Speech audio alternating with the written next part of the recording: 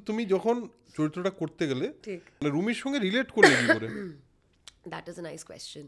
আমরা exactly character জার্নিতে যা দেখি, যে এক্স্যাক্ট পয়েন্টটা নিয়ে রুমির ব্যথা, ওইটা হয়তো আমার এক্স্যাক্ট লাইফে নেই, রাইট। কিন্তু ওরকম সিমিলার ব্যথা হয়তো আমি অন্য জায়গা থেকে পেয়েছি হয়তো। কারণ আমরা দেখি Rumi is a single child, Tridha is also single child. Right. একটা সিঙ্গেল চাইল্ড হওয়ার কিন্তু মানসিক ব্যাপারটা অনেক আলাদা থাকে, অনেক মানে ছোটবেলা থেকে ইউ আর প্রিপেয়ার্ড যে সব কিছু লাইফে কিন্তু নিজেই করতে হবে, নিজেই রাইট, দেখতে রাইট, হবে। রাইট। আমিও single child, so I exact, understand. বুঝলি আমি কি কোন অ্যাঙ্গেলটা খুললাম?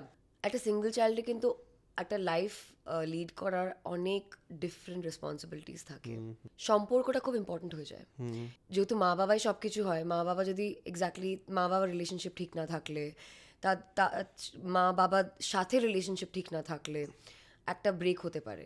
সেখানে কি হয়, তোমার বয়ফ্রেন্ড, কালকে যদি কেউ হাজব্যান্ড হয়, সব কিছু হয়ে যায় তোমার জন্য, বন্ধু বান্ধব।